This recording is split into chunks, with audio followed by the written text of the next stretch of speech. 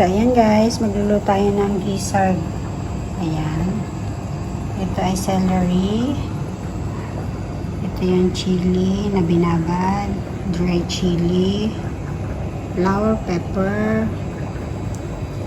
Ginger. Tapos ito ay garlic. Meron tayo dito ng soya sauce at saka dauban. Hindi ko alam sa Tagalog ko ano yan. Tapos dito, meron akong naka-prepare na kawali na may mantika na. Ayan guys, magluto tayo ha. Ayan, hindi tayo na ng ating gizzard guys.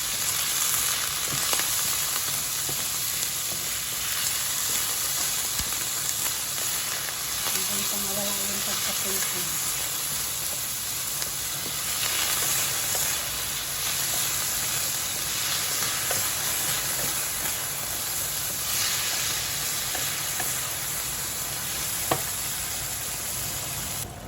Kapag nagisa na natin yung gizzard, lagyan na natin ito sa masilip na ingredient.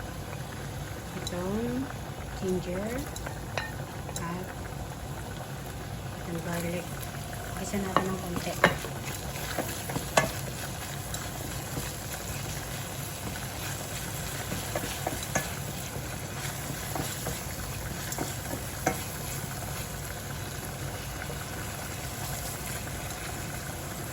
Lagay na rin natin yung the rest ng chili na binabad, tapos itong dry chili at saka itong flour pepper.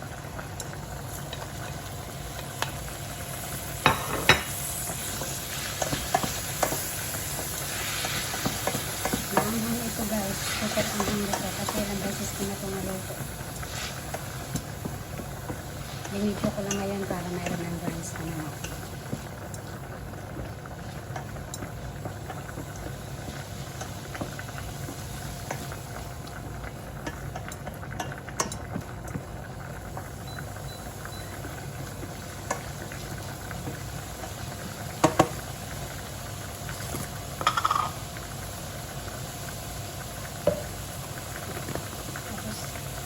Dauban. Ang pagkakaalam ko nito sa Tagalog, ito yung chili na chili na anong tawag nito? Binayo, yung nilagyan ng asin. Ito lang alam kasi kung meron nito sa akin, pero kahit wala naman ng ganyan, okay na yan. So, masarap naman tayo magluto ng mga Pilipino.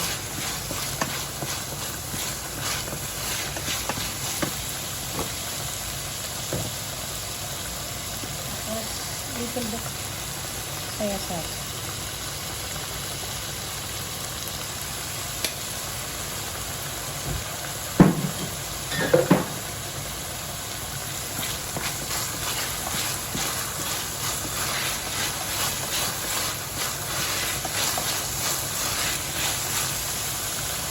Meron natin yung celery.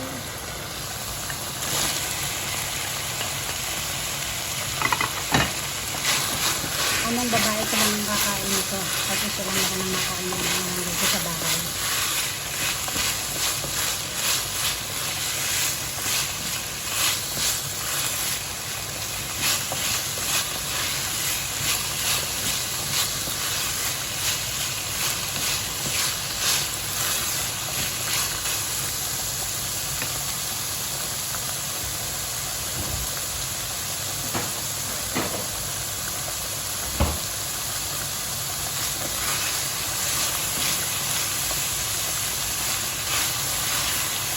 Ilasain lang natin, kapalimutin lang natin yung celery.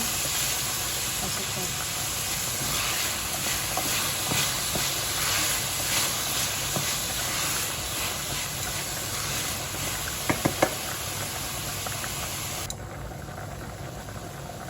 So, ayan guys, after 10 minutes po, ito na siya. Luto na po siya.